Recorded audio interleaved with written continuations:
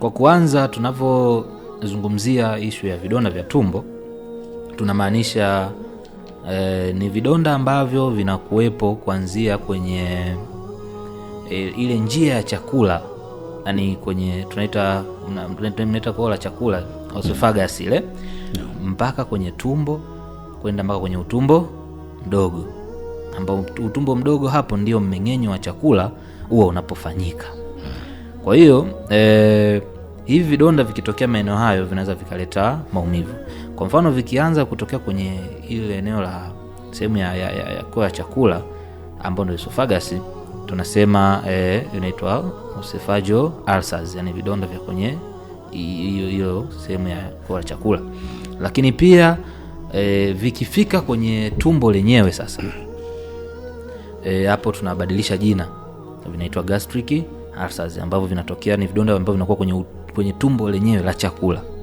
Lakini vikishafika kwenye utumbo mdogo ambapo mmeng'enyo sasa wa chakula unatokea, ndio tunaita duodenal ulcers, ama vidonda vya kwenye utumbo mdogo, ambapo vinakuwa sehemu ya juu ya utumbo mdogo, sehemu ya kwanza kabisa ya utumbo mdogo.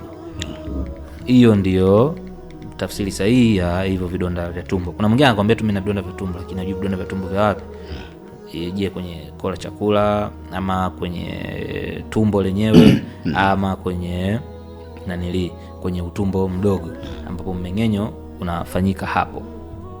Lakini kiacha aina hizo, kuna sababu ambazo mtu zinaweza zikamfanya akapata issue za vidonda vya tumbo. Yes, moja sababu kubwa ni maambukizi ya hawa bakteria ambao wanaitwa H. pylori, ambao hawa ndio asilimia kubwa wanasababisha mtu kupata vidonda vya tumbo. Lakini pia sababu ya pili ni matumizi ya madawa kiholela, hasa hizi dawa za kupunguza maumivu. Wengi nyumbani tunatumia kiholela, yani mtu kapata tu kichwa kidogo, hajui sababu, anadhani kila kichwa kinavyouma labda ni, wanasema kila homa, wengine wanadhani ni malaria, kumbe sio malaria. Ushajipiga midawa ya maumivu na nini, ukija hospitali kumbe naangalia ni kitu kingine. Kwa hiyo sio kila homa ni malaria, kwa hiyo sio kila kichwa kinasababishwa labda na homa za malaria au nini. Kwa hiyo matumizi holela ya dawa hizi za kupunguza maumivu, mfano hizi ibuprofen, wengi wanatumia sana, hasa pia mabinti kwenye kipindi chao cha hedhi. Unakuta wengine wakipata ile maumivu makali, anakimbilia moja kwa moja kutumia ibuprofen mara kwa mara, inakuwa kama ndio routine yake, yani maisha yake kila siku ya kufanya hivyo, kitu ambacho si sahihi. Unatakiwa utumie kwa maelekezo ya daktari. Lakini dawa nyingine, mfano zile aspirin, wale ambao wanapata changamoto ya maumivu sasa kwenye maeneo ya kifua na nini, unakuta mwingine anamwambia nenda nutu aspirin imeza, bila kujua kwamba baadaye inaenda kusababisha matatizo, kwa sababu hizi dawa huwa zina tabia ya kuchimba sehemu ya kuta za tumbo. Umeona, ama kuta ya sehemu ya hiyo ya chakula, lakini sasa kwenye kuta za tumbo. Kwa hiyo zikichimba pale sasa ndivyo zinapotengeneza nini, hicho kidonda cha tumbo. Umeona, kwa ndio maana tunasema matumizi holela ya hivi vitu hayaruhusiwi. Lakini sababu ya tatu ni maisha yetu wenyewe, namna yetu ya kuishi, lifestyle, ambapo moja hapa tunaangalia masuala mazima ya uvutaji wa sigara. Mtu ambaye ana tabia ya kuvuta sigara sana, asilimia kubwa wengi wanakuja kupata ili tatizo la vidonda vya tumbo. Na hasa wengine kama anavuta sana sigara, lakini pia anakunywa sana na pombe kali, unakuta baadaye wanaanza kupata vidonda vya kwenye ile koo la chakula ambao kwenye esophagus. Baadaye vile vinaenda, mwisho wa siku inaanza kutengeneza kansa ya kwenye hiyo esophagus. Ambapo sasa ndo baadaye wanakuta mtu anaanza kuwa na zile complain ama malalamiko ya kuhisi chakula labda kipiti vizuri, au anahisi ana kikohozi ambacho kiponi, mara akila anaanza kuumia kwenye koo akiwa na meza chakula vile. Mwisho wa siku mara akipiti chakula wala akipiti maji wala nini. Ndo wale mwisho wa siku dakika za mwisho tunaanza kuanza kualisha kwa mipira. Lakini sababu kubwa ni pombe hizi kali kupita kiasi mtu anakunywa, lakini pia matumizi ya sigara kupita kiasi. Lakini miongoni mwa inasababisha vidonda vya tumbo, lakini pia madhara yake usipotibu pale, kwa mfano vidonda vikitokea kwenye hilo, ambao ni mara chache sana huwa vinatokea kwenye hilo eneo la kola chakula, lakini mara nyingi ni kwenye tumbo na utumbo mdogo. Lakini inapotokea pale sasa juu, huyu mtu akishindwa kufanya taratibu za haraka kwenda kutibiwa, mwisho wa siku huwa inampelekea kwenye matatizo mengine kama ya kansa ya koyo na kadhalika. Sasa lakini kitu kingine, matumizi makubwa ya kahawa ama vinywaji vyenye asili ya kahawa, hivi pia huwa vinasababisha sana kupata shida ya vidonda vya tumbo. Lakini kitu kingine, mawazo, stress za hapa na pale. Kwenye maisha ya binadamu hatuwezi kuzuia mtu kuwa na stress, si ndivyo? Lakini tunachotakiwa ni kupunguza kiasi cha hizo stress, hata kama zipo, lakini tuone namna gani sasa tunaweza tukapunguza hizi stress, si ndivyo? Kuna kwa mfano mwingine unakuta kitu kidogo tu lakini anaingia kwenye dimbwi kubwa la mawazo, umeona? Au mwingine kapata madhira yanamfanya anaingia kwenye depression, ile msongo wa mawazo wa muda mrefu, au pengine msongo wa vipindi ama msongo wa kati. Maana hata depression pia ina zake, ina msongo wa kati na msongo wa vipindi na msongo wa muda mrefu, umeona? Msongo wa kati, nikianza na msongo wa vipindi, huu msongo wa vipindi wenyewe unakuja kwa kipindi fulani. Kwa mfano wakina mama saizi, hasa ikifika mwisho wa mwaka ama sikukuu simanini, lakini wakifikiria tena mwakani mtoto anatakiwa rudi shule, ada si nini. Kwa hiyo ni kipindi, kwa stress pale wazazi huwa inakujaga kwa asilimia kubwa. Mtoto, mama anawaza, mtoto pengine anaweza kaa wazi ametulia, lakini wazazi wanakuwa wanafikiri kwa kiasi kikubwa. Lakini baada ya hicho kipindi kupita, ile stress inakuwa imeondoka. Kwa hiyo tunataka msongo wa vipindi. Sawa. Au watoto wakiwa wanaingia kwenye mitihani, labda wanakaribia kwenye mitihani, unakuta kwa kipindi kile pale anapata ule msongo wa vipindi kwa sababu ya mitihani, lakini baada ya mitihani kuisha stress ile inakuwa au inakuwa sikukuu imekaribia, lakini hajanunuliwa nguo. Tukirudi kwenye masikukuu haya, yamefika sikukuu hajanunuliwa nguo, anaona watoto wa jirani zao pale wamenunuliwa nguo mpya. Kwa hiyo mtoto anapata ule msongo wa kipindi kwa wakati ule. Sawa, lakini msongo wa kati huu unatokea inawezekana ikachukua muda kidogo, kutokana na kwa mfano labda mtu amefukuzwa kazi ghafla tu, au kutokana na fitna makazini. Mwingine anapata labda amekosa hajafanya, lakini kutokana na fitna ameonekana yeye mwenye hatia, ametolewa.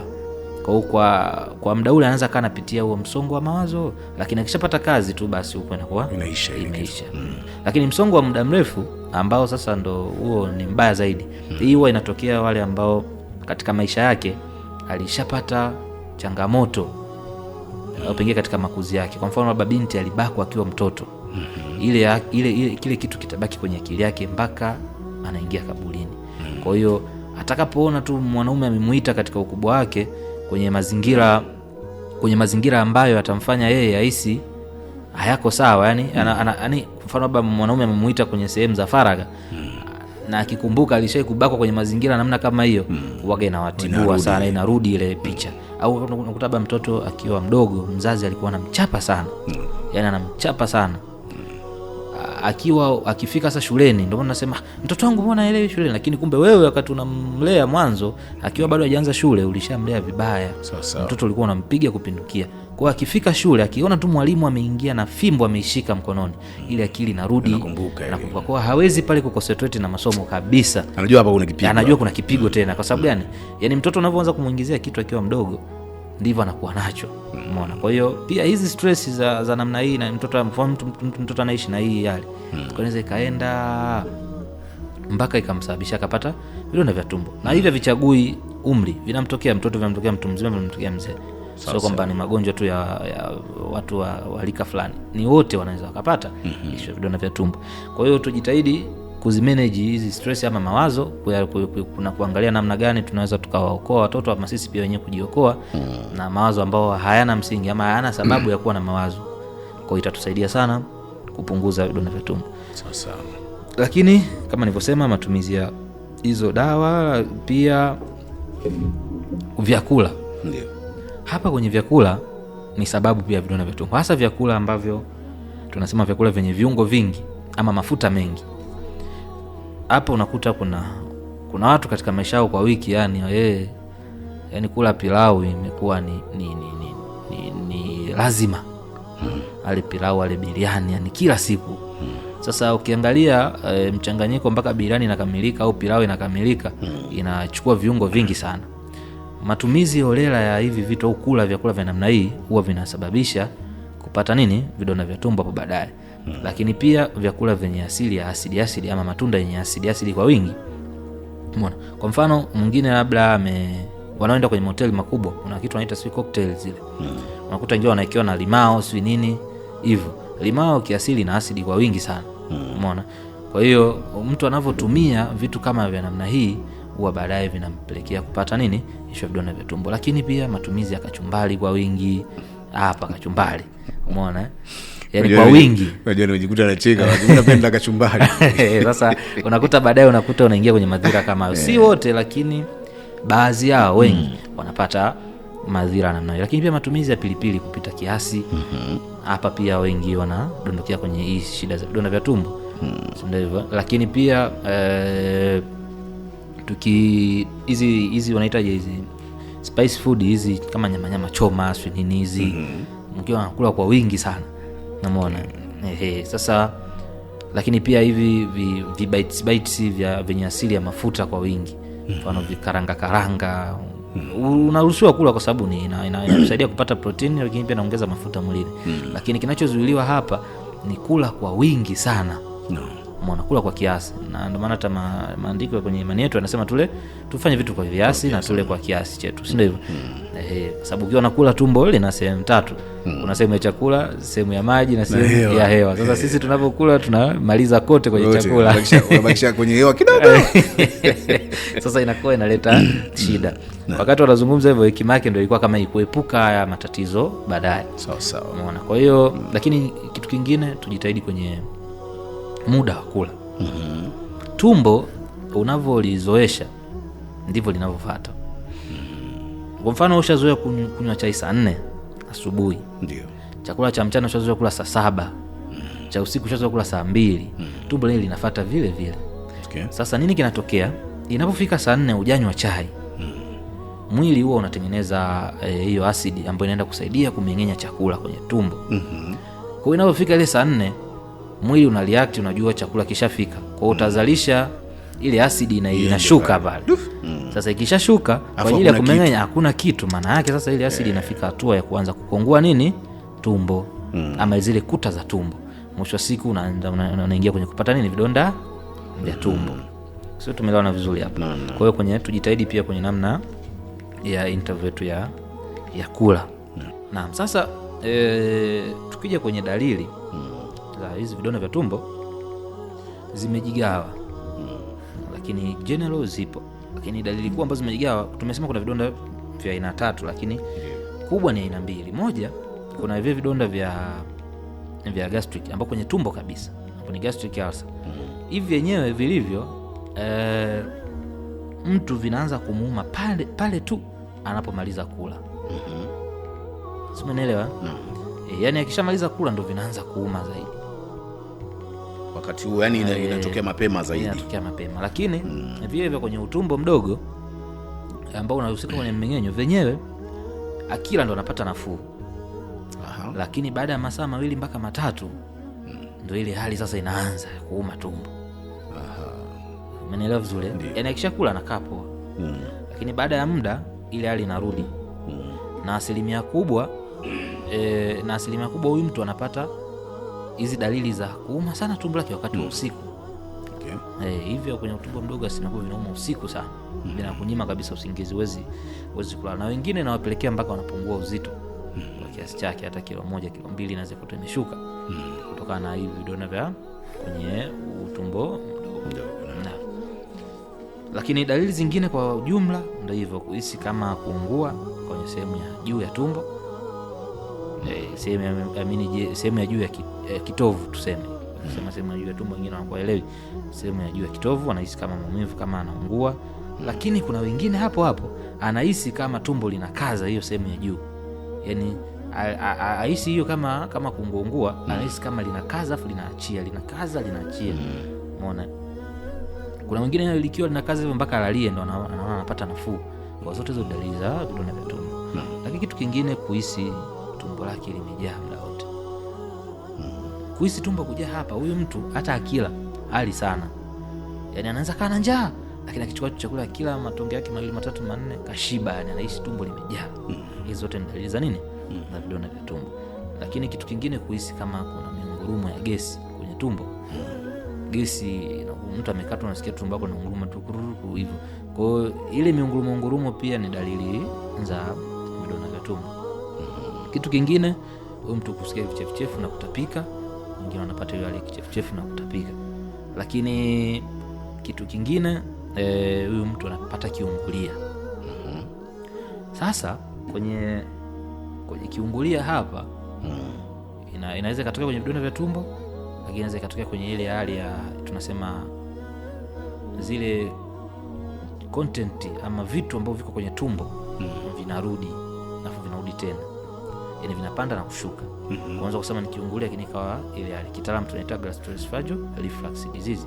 Kuna vitu vinatoka kwenye vinatoka kwenye gastric area ambapo kwenye tumbo vina reflux, vinarudi juu. Sawa. Inawezekana ikawa hivyo, ikawa sio vidonda vya tumbo, lakini sio ukija hospitali ndio tutajua baada ya kufanya zile examination ama kufanya uchunguzi wa kina, lakini pia na kipimo ndio tutajua. Hii unapozungumza hili jambo hili unaweza kusema ni kiungulia, lakini kikawa sio kiungulia. Ngoja kwanza, hii inahusiana na ile wanasema umekula afu unakuwa kama una nini wanasema kubeua. Yani sio kubeua sikupiga tu ile mlio si ndio hiyo. Achana hiyo, kuna nyingine inatokea kile chakula kinakuwa kinarudi mpaka hapa. Wengine wanatema, wengine wanameza hivyo. Inaendana na hicho. Inakuwa hiyo au sio hiyo? Inakuwa kitu kama hiko, lakini asilimia kubwa hiyo yenyewe inaishia hapa, haiwezi kutoka. Kuna vingine vinatoka kwa sababu hizi ni food content ambazo umekula ziko tumboni. Kwa hiyo ikitoka mpaka nje, wengine wanaweza kusema kwamba mtu ametapika tu, ndio hivyo. Lakini inakuwa kitu kama hicho, ambapo hiyo ni kitaalamu ndio GERD, ambapo kirefu chake ni gastroesophageal reflux disease. Kwa hiyo huyu mtu anaweza kaisi hicho kiungulia. Kuna mwingine anaweza kaja akamwambia mimi nina kiungulia ni wiki ya 3 hii, sikielewi hasa nikimaliza tu kula, yani napata hichi kiungulia, yani naona vitu vinakuja nini hivyo. Mwingine anaenda mbali, anaanza kuambia mpaka nasi na kifua kinabana, nashindwa kupumua vizuri pia. Umeona, ndio zinakuja zile za gastroesophageal reflux disease. Hii hapo hatuna tuseme ni vidonda vya tumbo. Kwa hiyo anapokuja pale sasa, unavyoongea naye, kadri unavyozidi kuongea naye ndivyo unavyozidi kupata kujua ni nini. Kwa hiyo mwingine anasema mimi vidonda tu vya tumbo, anaenda kuchukua magnesium manini na meza bado, anachukua madawa za vidonda vya tumbo na meza bado, kumbe shida ishiamia kwenye issue nyingine, sio tena kule. Umeona? Kwa hiyo dalili zinazolandana kwa sababu zote zinahusika kwenye masuala ya hii njia ya chakula. Sawa. Lakini dalili nyingine, kwa mfano mtu anaenda kujisaidia, anaweza kupata choo cheusi sana. Sawa, choo cheusi au choo ambacho tunasema kama kina damu.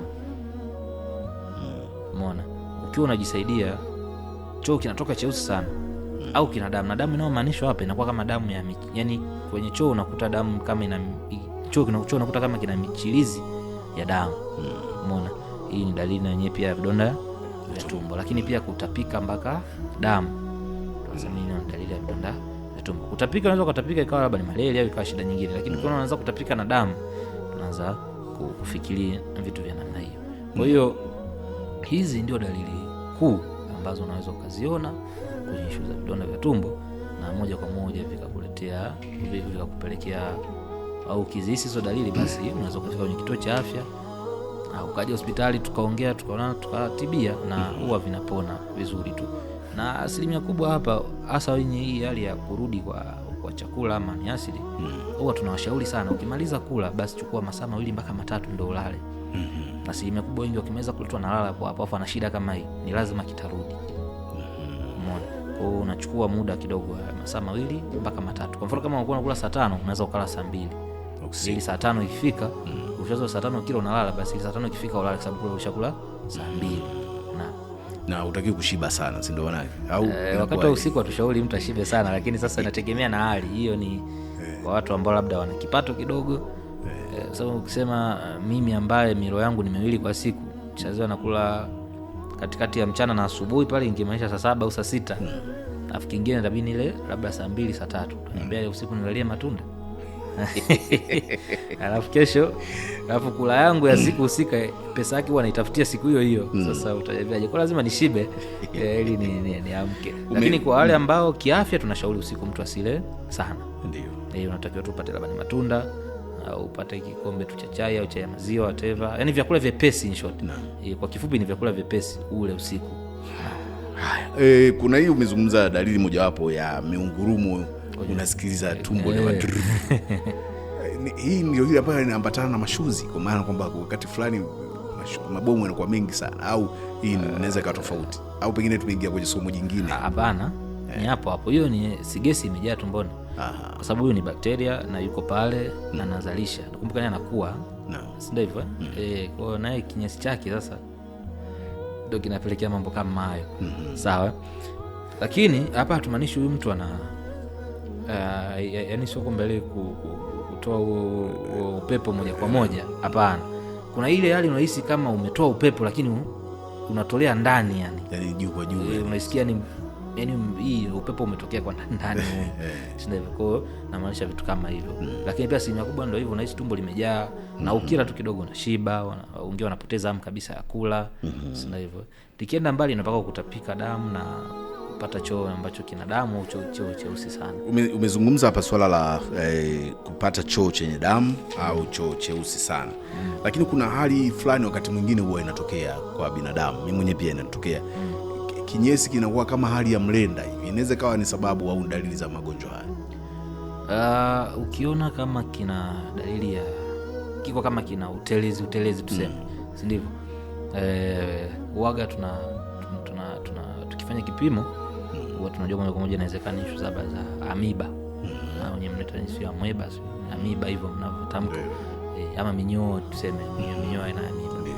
Kwa hiyo ukipima kile choo utawakuta hao. Kwa hiyo inakuwa sio tena issue ya vidonda vya tumbo, inakuwa imeenda kwenye kitu kingine. Na ndio maana mtu anayeumwa hichi kitu huwa tunapima choo kama choo, alafu tunapima na huyu kumwangalia vidonda vya tumbo ambaye yule H pylori bacteria, je, yupo? Huwa tunafanya vitu viwili. Inawezekana ana dalili zote za vidonda vya tumbo, lakini kuja kuangalia analalamika tu tumbo, pengine abeui wala hapati choki kiungulia sio nini, gesi anahisi hata gesi yenyewe sio, kana analalamika tu tumbo nini. Lakini mshangao unapima huyu bakteria hayupo. Ukipima choo kama choo unakuta na amiba hiyo. Kwa hiyo maana yake hapo sasa ni muhimu kwenda kupata matibabu yes, badala ya kujihukumu mwenyewe kwamba hapa sasa hii itakuwa vidonda vya tumbo tu. Yes. Moja ni hiyo sema tujilinde na hivi vitu, kwa mfano ambavyo vinasababisha, ndio namna ya kuepuka pekee, hamna namna nyingine. Moja kama unavuta hizo sigara, na hapa tunapomaanisha uvutaji. Sasa hivi vijana wengi wanakuambia mimi sivuti sigara wala bangi, lakini anavuta shisha. Umeona? Ambayo shisha mimi huwa nakataa kuniambia haina viashiria vya bangi ndani yake. Mimi huwa nakataa. Sawa. Kwa unakuta vijana wengi hawa anakuambia hivyo, lakini ni mtumiaji mzuri wa hizo shisha sijui nini. Ndio hivyo. Ni kwa sababu tu kwenye shisha zinaongezewa flavor tofauti, lakini ni kama mvutaji tu mwingine ambaye anakaa mwenyeweni anavuta. Ndio hivyo. Kwa hiyo anaweza kaa vutu kwa anatumia hivi. Vile vinakula issue za vidonda vya nini? Vinaleta vidonda vya tumbo. Kwa hiyo namna pekee ni kuacha kutumia mambo kama hayo. Lakini pia hizo pombe kali. Unakuta mwingine ni mlevi alafu hali chakula. Umeona? Yaani ni mlevi alafu hali. Nimekuwa nikiona hali kama hiyo ambayo unazungumza, kwa maana kwamba unakuta mtumiaji tuseme kijana. Kwa mfano unaona mara nyingi uraji wa watu unaonekana kwenye shughuli mbalimbali za mijumuiko. Unakuta kabeba chakula kikubwa sana au kingi niseme hivyo. Lakini kwenye kula anakula kidogo sana. Afu kashaacha. Anasalisha shiba. Sasa unamwambia wakati anachukua alikuwa anasema mimi yani naweza kumaliza. Lakini unakuta tena nimecheka juzi niona kijana mmoja kachukua sahani 2 kabisa. Lakini hata hiyo moja hata robo ya hakuweza kumaliza. Lakini ukikaa naye unakuta anaweza kawa na shida za namna hiyo, za vidonda vya tumbo ama nini, pengine hajui. Sasa hivi kuna utumizi wa pombe ambazo zinaitwa za kupima, pombe za mtaani. Za kupima za kizungu hizo zimetengenezwa hivyo, lakini kichupa chake ni kidogo, wanapima wenyewe, wanapima vizibo vile. Lakini watu wanalewa sana. Sasa hii inaweza, umetaja pombe hapa, matumizi inaweza kawa ni miongoni mwa sababu hizo. Yes, tena ni kwa asilimia kubwa sana. Kwa sababu zile kiwango chake cha zile asilimia za kulevya ni kubwa, ndio maana akiwekewa kidogo tu amelewa. Sasa unakuta mwingine vile anaweza akapata hata 5 kwa siku, alafu huyu mtu hali chakula, yani hapati kabisa chakula, yeye ni kushinda kwenye pombe, akirudi kalala. Huyu baada ya mwezi hawezi kukosa vidonda vya tumbo, lazima mwisho siku ndo mtu anatapika mpaka damu, umeona. Lakini kwa sababu hali na anatumia vilevi kupindukia. Kwa hiyo namna pekee pia ya kusaidia ni kuacha matumizi haya ya pombe, ni kuacha kabisa, kuweka mbali. Sawa. Lakini namna nyingine ndio hiyo tu, jaribu kumanage hizo stress, lakini pia kuepuka zile dawa za maumivu kutumia kiolela bila maelekezo ya daktari. Kama hizi tumbo tu linauma, wapo kanue wanaita Brufen mtaani, kanue Brufen bwana, hiyo itakusaidia. Ndio mtu atatumia, itakusaidia, lakini anapotumia mara kwa mara bila maelekezo ya daktari, huwa inamhatarisha kupata haya maswala ya vidonda vya tumbo bila yeye kujua. Kwa mwisho wa siku unakuja kumpima mgonjwa hospitali, unaomba na vidonda vya tumbo, anashangaa, nimetoa wapi? Umetoa wapi? Hata sababu kubwa ni haya matumizi ya dawa kiolela bila maelekezo. Umeona? Unajua kitaalamu dawa zote ni sumu. Dawa zote ni sumu, ila haiwi sumu kwa sababu inaingia inaenda kumuua aliyemkusudia. Tumeelewana? Kwa hiyo sasa unavyotumia kiolela bila maelekezo ya daktari, maana yake sasa unatumia kitu ambacho hujui kinaenda kumuua nani. Lakini unapokuja kwa daktari anapokuandikia dawa, anajua hii itaenda kummaliza fulani na fulani na fulani, baada ya muda huyu atakaa sawa. Lakini wewe sasa unavyotumia kiolela bila maelekezo, ndivyo unakuta kinachoenda kukusudiwa kumbe hakipo, umedanganywa na daktari mtaa. Umeona? Mwisho wa siku sasa kile kidonge kinaanza kuchimba kuta tumbo hivyo.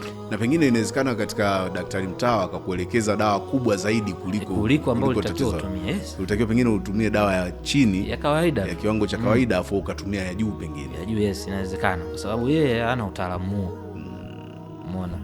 Kwa sababu wewe ukimwambia umemwandikia dawa hii, sababu ni zipi ambazo zimekupelekea uandike hiyo dawa? Hana majibu ya hicho kitu. Umeona? Lakini daktari atakuwa na majibu ya hicho kitu nimwandikie, kwa sababu moja, nimefanya vipimo, nimegundua hiki. Umeona? Kwa hiyo hizi dawa zitamsaidia kuponyesha hiki. Sasa umeona, na mtu kuna kitu mmoja anasemaga, unajua shida, wanasema kwa mfano kichwa kikiwa kinauma, kichwa kuuma sio ugonjwa. Umeelewana? Ndio. Yaani kichwa kuuma sio ugonjwa, tumbo kuuma sio ugonjwa, kizunguzungu sio ugonjwa. Umeelewa? Ndio. Kuishiwa nguvu mwili, unaona mwili hauna nguvu, huo sio ugonjwa. Sisi ukija hospitali ukisema hivyo, sio kizunguzungu, sio kichwa, sio nini, tunachotafuta sisi ni kipi kinapelekea hicho kizunguzungu, kipi kinapelekea hicho kichwa kiume, kipi kinapelekea hilo tumbo liume, kipi kinapelekea wewe uhisi mwili wako ni dhaifu muda wote. Kwa pale sasa tunapofanya kipimo, ndicho kinachoambia kwa nini huyo mtu anasikia hivi vitu, au kwa nini mtu anasikia hichi kitu. Kwa hiyo sisi tunachoenda kutibu, hatutibu kichwa, tunatibu sababu ya kile kichwa kuuma. Kwa sababu ikishaondoka kichwa kimepoa. Matibabu yako, matibabu yalivyo, moja, kwanza tunamshauri hivi vyote kuepukana navyo ambao vinasababisha yani kitu cha kwanza lazima umshauri kuepukana navyo hivi vitu vyote ambao vinasababisha vidonda vya tumbo, vyakula vyenye gesi, asidi kwa wingi, maharage, kizungumza makachumbari, vyakula yenye viungo manini, aache huko kwanza. Akisha huko na kuacha kutumia madawa kiolela, hiyo moja unamshauri aache. Pili, unaenda mtibia kawaida, ambapo utampa tu, kama umemwona huyu bakteria, madawa zake tunatoa 3 kwa ajili ya kumuua huyu bakteria asiweze kukaa pale, wao asiendelee kuishi huko. Umeona? Kama ni minyoo, basi tutatibu minyoo, si ndio hivyo? Yes. Lakini pia nakushauri mambo hayo ambayo nimeyasema hapo. Kwa hiyo tiba ipo na ni rahisi na inatibika, yani vizuri tu, vidonda vya tumbo vinatibika. Hivyo wengine wanasema havitibiki, Havitibiki kwa sababu unakuta mwingine alikuwa navyo akawa anachukulia mzaa. Na ndio hiyo madaktari mtaa wanamdanganya na meza. Mwisho wa siku anakuja hospitali vishakuwa kwenye hatua nyingine. Lakini ukiwahi vikiwa katika hatua ya awali huwa vinapona kabisa na unakaa muda mrefu mpaka kurudi. Kwa sababu kiasili watu wengi wenye group O positive wengi kiasili huwa wanakuwa suffered au wanapata shida sana ya vidonda vya tumbo. Kwa hiyo mtu mwenye group positive huyu sitegemea atapona moja kwa moja. Anaweza akapona akakata miaka 3-4. Hapo katikati atakavyojisahau akirudi kwenye ule utaratibu tena ambao ulimkataza huwa vinarudi. Akijaribu unatibia tena hivyo hivyo. Kwa maana kwa si ugonjwa ambao tunasema unapona moja kwa moja. Hapana, una asilimia kadhaa za kurudi tena miaka ya baadaye au miezi michache baadaye baada ya kutibiwa. Kwa hiyo ni angalizo tunatoa, sio kwamba ukasema nyembea nitapona moja kwa moja, sijapona basi ule nitapeli. Hapana, ila vina tabia ya kurudi. Kwa sababu nimekutibia leo umepona, unaweza kukata miezi 6 au mwaka. Huo mwaka hapo labda katikati ulijichanganya ukarudi kutumia vitu vyako hivi ambavyo tumekukataza. Na hatuwezi kuacha kula maharage kwa sababu chakula chetu cha kila siku, ila tunashauri mtu apunguze. Umeona? Sasa unakuta mwingine labda kutokana na uchumi wakati ule ambao wanapitia itabidi agonge kila siku. Maana lazima vitarudi tu muda wote. Sio hivyo? Ndio. Yes, au mawazo pengine amepona hivi vitu atumia, lakini mawazo ameyapata katikati hapo, huwezi kumzuia mtu asiwe na mawazo. Sawa. Unaona? Ameyapata, amempa stress kubwa, sio amepata tena vidonda vya tumbo. Kwa hiyo uwezekano wa kurudi ni upo. Sawa, lakini uwezekano pia wa kupona upo. Kwa uwezekano kujirudia upo na uwezekano wa kupona pia upo, hasa ukiwahi. Kipindi tumezungumzia afya, kipindi ni afya jamii, tumezungumzia vidonda vya tumbo na namna ambavyo vinaweza vikaleta madhara. Kuna swali moja la msingi ni sawa kukuuliza. Yepi madhara sasa? Tumeona dalili, tumeona sababu, tumeona matibabu. Madhara ambayo yanaweza kumkuta mtu asipotibiwa. Moja, madhara ya baadaye. Asilimia kubwa miongoni mwao anaweza kapelekea matatizo ya kongosho ile. Kupata maambukizi mpaka kwenye kongosho, inaitwa pancreatitis ile. Lakini namna ya pili, issue ya kidole tumbo hiyo, appendicitis inaweza kupelekea. Lakini pia wengine wanapata baadaye huko, wengine wanaweza wakaenda mpaka kwenye hali ya utumbo kujikunja. Sawa, tunaita intestinal obstruction. Utumbo unaweza ukatwist kutokana na mambo ambayo mfano baba vidonda viko kwenye utumbo mdogo. Inaweza kile kidonda kama kimekua mara kikahili, kinakuja tena kinauma tena kinahili, kinatengeneza kama kovu fulani pale ndani ya utumbo. Mwisho wa siku kutokana na ile kovu kuwa kubwa eneo lile, inaweza utumbo ukatwist ukajikunja pale. Ndio hivyo ambapo wengi wanashafanywa sana hizo operation za kutokana na masuala ya vidonda vya tumbo kwa muda mrefu. Lakini na shida nyingine inaweza ikatokea, kuna wengine wanapata ile hali mpaka ya utumbo kuperforate kutoka nje, wanasema akiwa anajisaidia haja kubwa. Wanasema ni ndio nini wanaita hemorrhoids, wanaita bawasiri. Yes, sababu kubwa ya bawasiri inaweza kuwa ni masuala kama ya vidonda vya tumbo na usipotibia vizuri. Sawa. Mwisho kabisa sasa, wito wako kwa jamii kuhusiana na tatizo la vidonda vya tumbo. Karibu daktari. Wito wangu ni unapohisi dalili ambazo tumezitaja hapa, ni kufika kwenye kituo cha afya ambacho kipo karibu nawe. Yaani hilo ndo wito. Usijitibie kama unapiga ramli nyumbani ama daktari ukawa kama daktari wa mtaa. Hapana. Unapohisi dalili, nenda hospitali. Ukishafika hospitali, watu watafanya vipimo, watachukua taarifa zako, watafanya examination mbalimbali, watajua shida kubwa ni nini. Yawezekana ni tumbo, lakini kumbe unaweza mtu akana alalamika tumbo, kuja kuangalia kwenye vipimo, kumbe na maambukizi kwenye njia ya mkojo. Na maana tumbo linamfukuta. Sio hata masuala ya vidonda vya tumbo. Kumbe mtu ana UTI ya muda mrefu imekaa. Pengine huyu binti au mama ana issue ya maambukizi ya fangasi kwenye sehemu yake ya siri kwa muda mrefu. Tumbo linamuuma. Lakini akinapokuja hospitali sasa ndipo tutapojua shida kubwa iko wapi. Kwa wito wangu mimi ni wao kufika hospitali, kuweza kuonana na madaktari na kujua nini wafanye.